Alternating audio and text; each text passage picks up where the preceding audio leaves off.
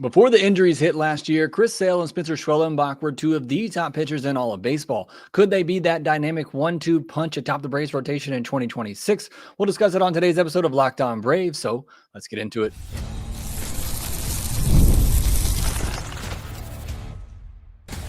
You are Locked On Braves, your daily Atlanta Braves podcast, part of the Locked On Podcast Network, your team every day.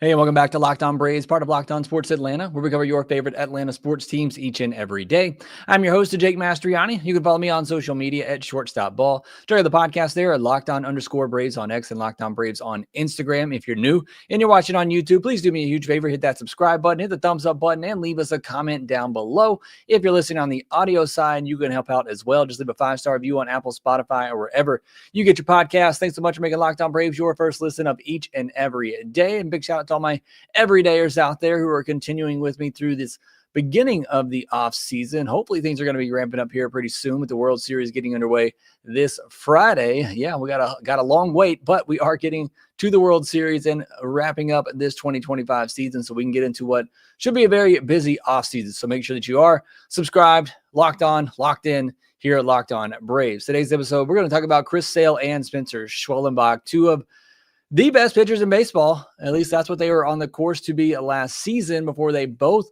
got injured. Chris Sale able to come back at the end of the season, Schwellenbach not so much, but going into 2026, could they be one of the best 1-2 punches atop the rotation in all of baseball? We'll discuss on today's episode, which is brought to you by FanDuel. Right now, new customers, you can bet just $5, and if you win, you'll get $300 in bonus bets to use across the app. Download the FanDuel app today. Through June of this past season, Chris Sale and Spencer Schwellenbach both ranked top 15 in all of Major League Baseball in Fangraphs WAR. So you can say pretty confidently that the Braves had one of the best 1-2 punches in all of baseball last season before the injury. The Phillies actually had the best one at that time with Zach Wheeler, Jesus Luzardo, and Christopher Sanchez. And obviously they got Ranger Suarez back. They had a great rotation. Don't feel too bad for them because they're the Braves' rivals, but really feel like they didn't have their full allotment. They certainly didn't without Zach Wheeler going into the postseason. You wonder what that series would have looked like had they had him going up against the Dodgers, but that's neither here nor there. Getting back to the Braves and Chris Sale and Spencer Schwellenbach, they were both on their way to being two of the top pitchers in all of baseball, possibly being in the Cy Young discussion before injuries shortened both of their seasons. They were top 15 in xFIP.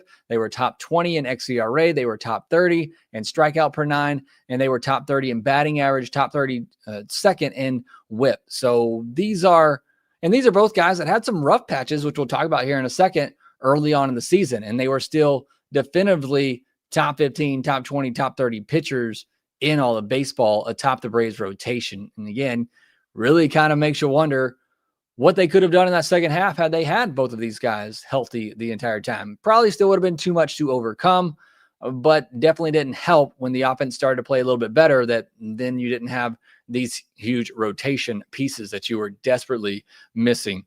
As for Chris Sale in 2025, he made 20 starts, 21 games, 125 and 2/3 innings, a 2.58 ERA, a 1.07 WHIP, 220 batting average against, 11.82 K per nine, and a 2.29 walk per nine. Also just gave up 0.79 home runs per 9 innings. So all just fantastic numbers for Chris Sale. The WHIP actually a little bit higher than what you would expect to see from Chris Sale, but still very, very good, under 1.1. And for Chris Sale coming up, we'll get to that in the next segment, but he certainly is coming up on a lot of big milestones in his career, which again, we'll talk about here in the second segment, but it was a slow start for him. He did not get through more than 5 innings in his first 6 starts. It was very much a 5 and dive beginning to the season for Chris Sale. In those first 6 starts, he had a 5.40 ERA, a 1.59 WHIP, a 303 batting average against. People were actually hitting Chris Sale, 1.3 home run per 9. It was an xFIP of 3.88, so you knew there was some tough luck in there. But after that, the rest of the season, even coming back from the injury, he had a 1.76 ERA, the rest of the year after those first 6 starts that were bad for him. Now, he did miss over 2 months with a fractured left rib after diving for a ground ball. And what was a really cool moment when it happened, because he was looking for that complete game. Not only did he not get the complete game, but he ends up fracturing his rib and missing over 2 months. So I'm just going to need that to not happen anymore. I love the tenacity, and Chris Sale's he's a competitor. He's going to try to win at all costs. And I get that and love that about him, but let's please not dive after any more baseballs. So that was highly, highly unfortunate for the Atlanta Braves and Chris Sale. He does come back to end the season, and he looked like himself for the most part. I had one rough start in there, but for the most part, he looked like Chris Sale. He finished the year healthy going into the offseason, which was huge for him, as he can now have a normal offseason and get prepared for 2026. You look at the stuff, the four-seam velocity was the same from 2024 to 2025, and that's one thing that you really look at with the guy who's aging. Where's the fastball velocity? Is it starting to dip? Well, that wasn't the case for Chris Sale, who still averaged mid-90s on the fastball. We could see him get it up to 97 at times during games. So it was still a very good four-seamer, but it did get hit a little bit more. A 271 batting average against compared to 320 that he had this year, 271 last year compared to 320 this year, 421 slug last year compared to 503 this year on that four-seam fastball. So it did get hit a little bit more, but the velocity was the same. The slider was just as dominant as always, just an absolutely filthy pitch for him. The changeup wasn't nearly as good, but he also didn't use it nearly as much. And maybe that's why, because it just wasn't that good for him this year. But certainly something to note and something we'll talk about as we look towards 2026. But still, you go out right now, you look at Chris Sale's Baseball Savant page, everything is bright red. He was really, really good. The stuff was really, really good. And he's really, really good. And when he's healthy, he remains one of the best pitchers in all of baseball. I contend that had he remained healthy the entire season, he would have been a Cy Young finalist. So I'm still very much a believer in Chris Sale at top of the rotation arm, a Cy Young contender. And I think this season showed that. Even through the struggles that he had in those first 6 starts, even with the injury, he came back and still looked like Chris Sale. So he still remains one of the best pitchers in all of baseball. As for Spencer Schwellenbach, he was in the process of establishing himself as one of the best pitchers in baseball before he got injured. 17 starts this year, 110 and 2/3 innings, a 3.09 ERA, a 0.97 whip, just a 217 batting average against an 8.78 K per nine, a 1.46 walk per nine. He doesn't walk anybody, 1.06 home runs per nine. So all really good numbers.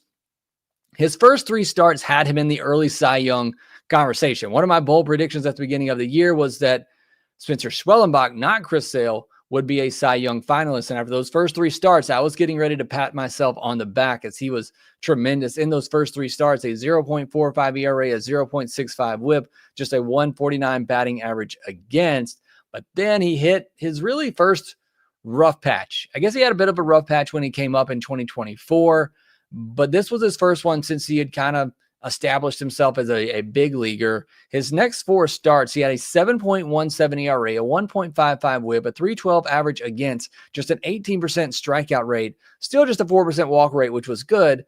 He did have a 4.03 xFIP, so again, tells you that perhaps a little bit unlucky in that stretch. And for both of these guys, I think one of the takeaways with this, we look at both of them having some rough stretches, and you look back on an entire season, and in that moment, we're all thinking, the sky is falling, but it's good to remember, and I'll try to remind myself and everybody else as we go into a new season come March, players are going to go through rough patches throughout the season, and sometimes you just got to ride through them and hope that they don't linger too long. The problem on the offensive side is that these cold stretches have, lingered way too far, whether it's Michael Harris and Ozzie Albies we talked about last week. They were bad for the first half of the season. You can't be bad for an entire half of a year, whether it was Austin Riley and Marcell Ozuna, who just fell off of the map after the month of May. You can't have guys just completely disappear for months at a time. But for the most part, even the best players are going to go through cold stretches here or there.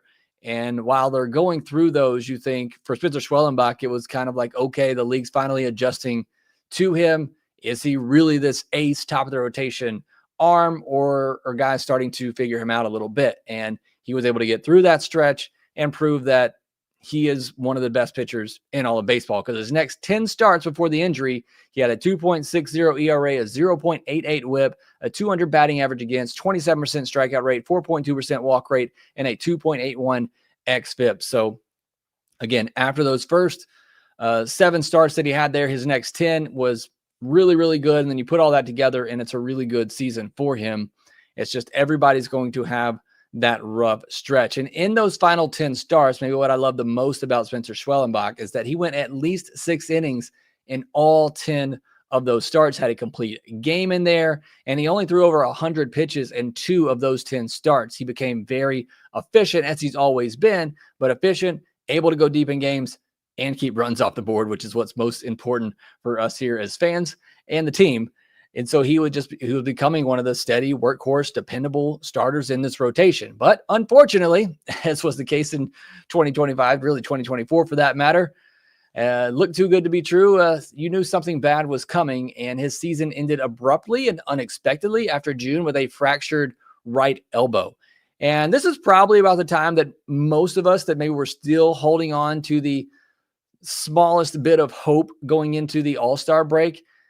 This is probably when most of us just threw our hands up and said, might give up, and or yelled uncle, whatever the case may be. This was probably that point for many of you. He wasn't able to get back in time at the end of the season to make a start, which I was really hoping that would be the case so we could see him one more time and he could have good feeling going into the offseason. He did begin a throwing program, and the hope was for him to throw some live batting practice. Maybe I missed it. If I did, let me know in the comment section below. I never saw a report saying that he did indeed have that live batting practice session. I hope that was the case and that he did have it, so he can at least feel a little bit better, maybe have somewhat of a normal offseason, but there's certainly going to be some concerns for him going into 2026. But for 2025, when these 2 guys were on the mound, they were 2 of the best arms in all of baseball. 2 guys that if the Braves get to the postseason with them, I feel very confident they can go up against anybody on any team in all of baseball. And we'll talk about that here next. What does the outlook look like for both of these guys going into next season? We'll get into all that here next. Most people can't name all their financial accounts or even what they're worth, whether it's 401ks, properties, or investments. And when you don't have the full picture, you can end up leaving money on the table. That's why there is Monarch Money. It's an all-in-one personal finance tool that brings your entire financial life together in one clean, easy-to-use interface on your laptop or your phone. Monarch does the heavy lifting for you. You can link all your accounts in minutes, see clear data visuals, get smart categorization of your spending, and finally feel in control of your money without ever touching a spreadsheet. Me and my wife, we use Monarch Money to help stay on the same page with our finances and our spending. It's really simple. I just open up the app every day or every morning, every night. I check out the transactions. I put them in the right category so I know exactly where our budget stands. And it really is that simple. And it's helped us a ton to stay on track and budget our money. Use code LOCKEDONMLB at monarchmoney.com, just like I did in your browser, for half off your first year. That's 50% off your first year at monarchmoney.com with the code LOCKEDONMLB. This episode is also brought to you by PrizePicks, the daily fantasy app where making the right call can actually pay off. You and I make decisions every day, but on PrizePicks, being right means cashing in. With football back, NBA seasons underway, PrizePicks is the simplest and fastest way to get in on the action. Just pick more or less on 2 to 6 player projections, and you can turn your takes into real prizes all in less than 60 seconds. It's that simple. You just open up the app, and it'll have player projections on there. You pick more or less on the number of points that Steph Curry is going to score, the number of touchdowns Saquon Barkley is going to score, how many home runs Ohtani's going to hit in game 1 of the World Series. You pick more or less, and that's all you got to do. It is that simple. Also, if you have issues controlling the way that you game, visit prizepicks.com/help-center/responsible-gaming for tips on how to practice responsible gaming. Download the PrizePicks app today. Use code LOCKEDONMLB to get $50 in lineups after you play your first $5 lineup. That's code LOCKEDONMLB for $50 in lineups after your first $5 play. PrizePicks, it's good to be right. Thank you as always for making Locked On Braves your first listen of each and every day. Check out Locked On MLB for your second listen of the day. They'll be getting you caught up on everything happening around Major League Baseball, the managerial searches, which we'll talk a little bit about later on, and getting you geared up for the World Series beginning on Friday. Can the Blue Jays shock the world and take down the Dodgers? They'll be talking all about that. We'll have two more podcasts here in Locked On Braves this week. On Thursday, we'll look at another pitcher. If you got one in mind, let me know down in the comments section below. And then on Friday, we'll have our mailbag episode. Let's jump back into our discussion for today. Chris Sale and Spencer Schwellenbach. Looking at Sale, what are some of the concerns going into 2026 that I have? And the first one is age. He's going into his age 37 season. At some point, that's going to catch up with him, and that's certainly at the top of my list. I think particularly when you look at the velocity, I mentioned that from 2024 to 2025, the fastball, four-seam fastball velo was the same, but it did get hit more. Now, maybe that was just an odd year, whatever the case may be, but that is something to watch. As you get older, that velocity is going to tick down at some point. Is this that year? You don't know. He was still great in 2025, but again, if that were to dip down a little bit, it would certainly be noteworthy. The other thing that concerns me with Chris Sale is just injuries. Now, a lot of his injuries have kind of been, freak accident type of stuff. It hasn't necessarily always been arm related. He had the back issues in 2024. Last year, he fractured a rib. Diving, it's just, but it's to the point now, the last 5 or 6 years, where injuries have cost him part of seasons. And so that is, again, as he's getting up there in age and 37, that is definitely a concern for Chris Sale. Does he need the changeup? I talked about the fact that didn't use the changeup as much in 2025. And look, with that fastball and that slider and the sinker that he'll sprinkle in there as well, he definitely has the ability to get it done with those pitches. But I do think he needs that changeup to be more effective against right-handed pitchers. And that's a pitch that I would like to see him use a little bit more in 2026, especially if the velo were to tick down. That could be a pitch that maybe he has to go to a little bit more. So I want to see, does that changeup get back to where it's been in the past? Was it, again, just a year where didn't feel like he needed as much, or did he feel like he didn't have as much confidence in it, and so he didn't want to throw it? That is something to keep an eye on. My thoughts on Chris Sale overall, though, until he actually gives me a reason on the field to be concerned, I'm not concerned. There are many guys we've already talked about in this series that they got to show it to me in 2026. Chris Sale's already shown it to me. By coming back at the end of the year, looking like Chris Sale, I have very few concerns and worries about him going into 2026. I think he's going to be one of the best pitchers in all of baseball once again. I said, had he not missed time this past year, I think he would have been a Cy Young finalist. And I think going into 2026, he's definitely going to be up there as one of the favorites. I still believe he is that good of a pitcher. And I think we saw from him when healthy in 2025 proves that.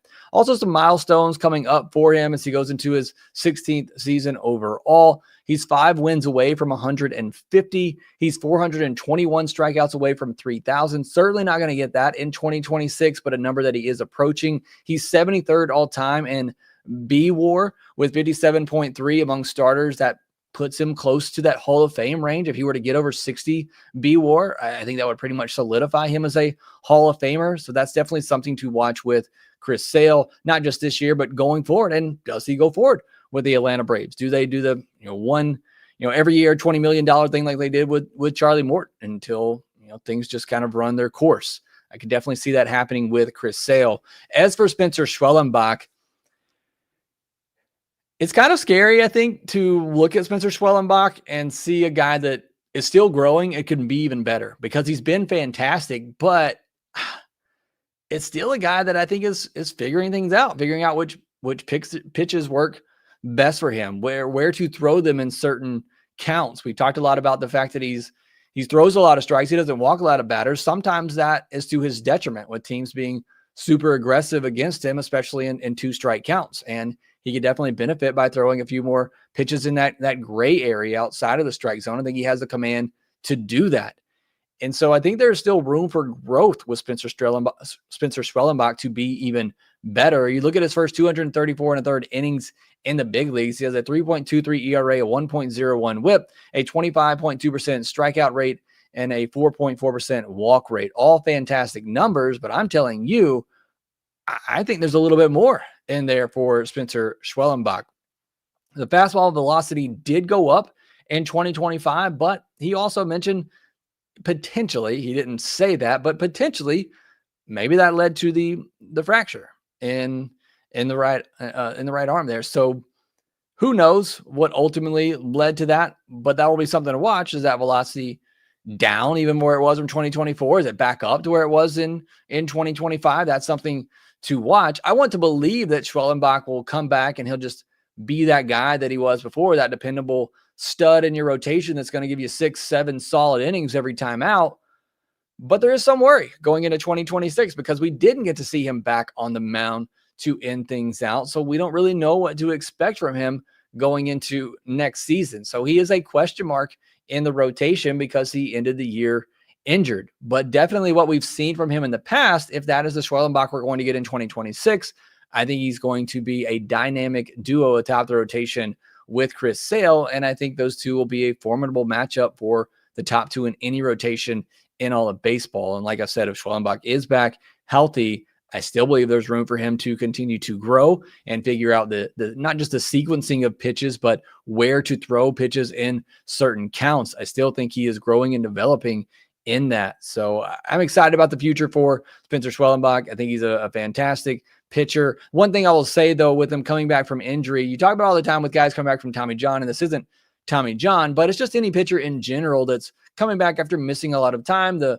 command is usually the last thing to come back. And Spencer Schwellenbach is somebody that his pitches are good and they got movement on them, but he is definitely somebody that really succeeds off having just elite level command. And so if that does take a little bit while to come back, could we see him get off to a bit of a slow start in 2026? That'll be something to keep an eye on as we get into spring training and into the start of 2026. But let me know what you think about Chris Sale and Spencer Schwellenbach. Are you as high on that pair as I am going into next season? Do you think they could be one of the best 1-2 punches in all of baseball? Let me know down in the comments section below. Next, I'll get into some of your thoughts from social media on that question itself, and we'll get into the latest. We actually have a managerial hire that happened on Tuesday. We'll get into all of that here next.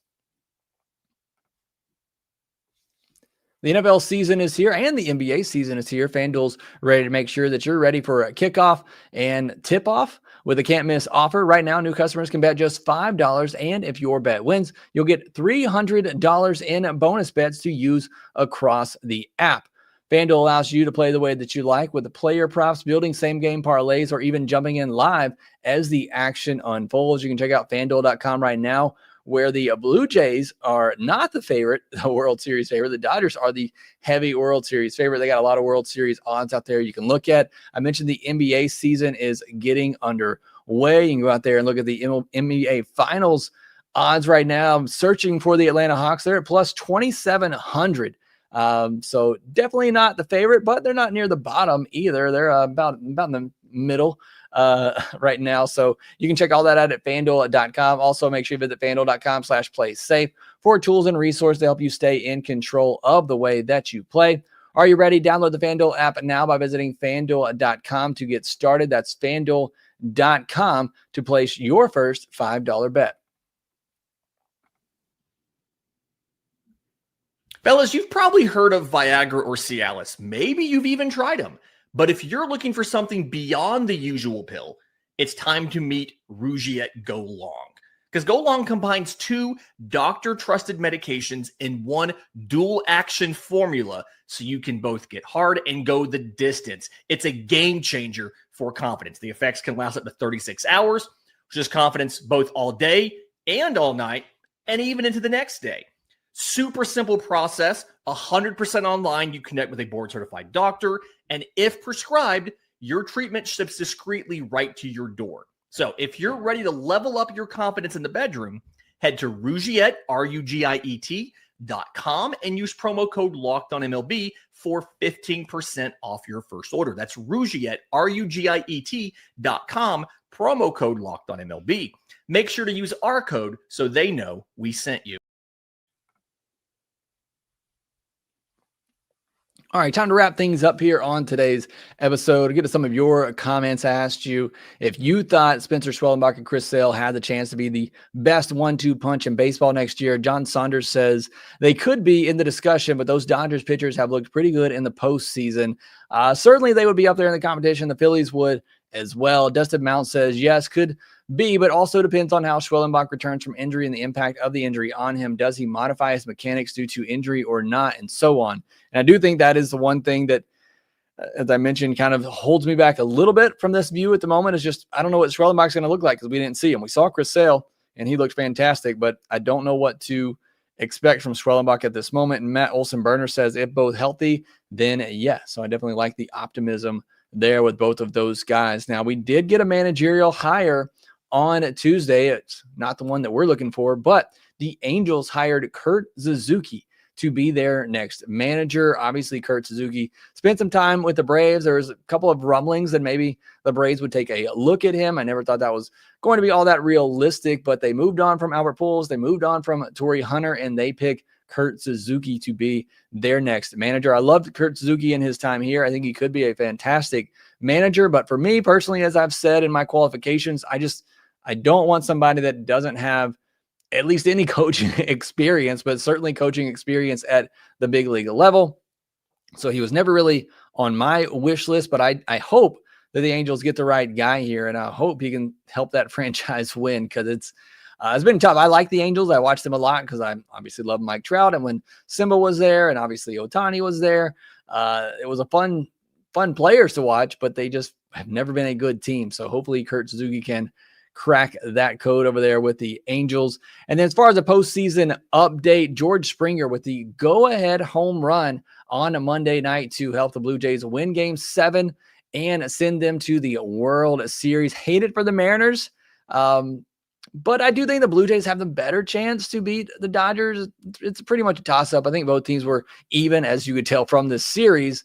But I think the Blue Jays, with the momentum they have right now, the way that Vladdy is playing, it's just if they have enough pitching to match up against the Dodgers, but I definitely like the way that their lineup is playing right now. So I think the Blue Jays have the better chance. Hopefully it'll be a fun series, an interesting series. Hopefully the Blue Jays will win. As for George Springer, if I read this right on the broadcast, and I've been searching all over trying to get verification of this, I'm pretty sure on the broadcast they said it was his 9th go-ahead home run in the postseason. And if that's the case, that is pretty wild. And again, if I read the graphic right, that was 3rd most all time, which is even more wild to me that somebody has more than 9 go-ahead home runs in the postseason. But George Springer, just a legend once it comes postseason time. And he was injured for that too. So we'll see what happens again. That starts on Friday. So you got several days to get ready for the World Series, really kind of dragging this out a little bit. There was a bit of Braves news as they signed Austin Nola to a minor league deal. Veteran catcher here. You're always going to get those veteran catchers. It might not be the last one the Braves signed this offseason, but going ahead and getting one in Austin Nola here early on for the Atlanta Braves. Braves Thrills in the comment section said that was a Kirk Gibson moment. Yeah, I don't know that he was limping quite as much, but definitely had that same vibe to it. Really, the Dodgers, or not the Dodgers, but the Blue Jays in the postseason, they got some pretty dramatic home runs in their history. Jeffrey Humphrey says, I wanted Seattle to win it all, but Toronto probably has a better chance of winning. I agree. I do feel bad for Seattle, though, at least getting that chance, to get to the World Series, which they haven't before. Doc's Cards, I felt the Mariners fans' heartbreak with that dinger. And they had Munoz in the bullpen, which, look, the guy they got out there, I forget his name, but he had been really good in the postseason. But it gave me that Craig Kimbrell vibes. I forget which year it was, but you all know the meme of Craig Kimbrell standing in the bullpen, not getting called, and the Braves blowing it. I actually remember where I was for that. I don't remember what year it was, but I remember where I was watching that game. It was in a hotel room in Chicago. But it kind of gave me those same vibes. It's the biggest moment of the game, and you got your best bullpen arm, your best ace in the bullpen. That's certainly one that's going to haunt Mariners fans for a while to come. But thank you all for joining me on today's episode. Protect PR, Braves Thrills, Rebel, and here as well. Doc's Cards, Jeffrey, appreciate you joining me. Devault 87, Mass Boost in here. I appreciate you joining me here today on today's live episode as I'm running out of the ability to talk here at the moment as we wrap things up. Make sure you subscribe on YouTube if you're new. Thanks so much. You made it all the way to the end of this. Hit that subscribe button, thumbs up button, leave me a comment down below. Make sure that you rate, review, and subscribe to the Locked On Braves podcast wherever you get your podcast, and we will talk to you next.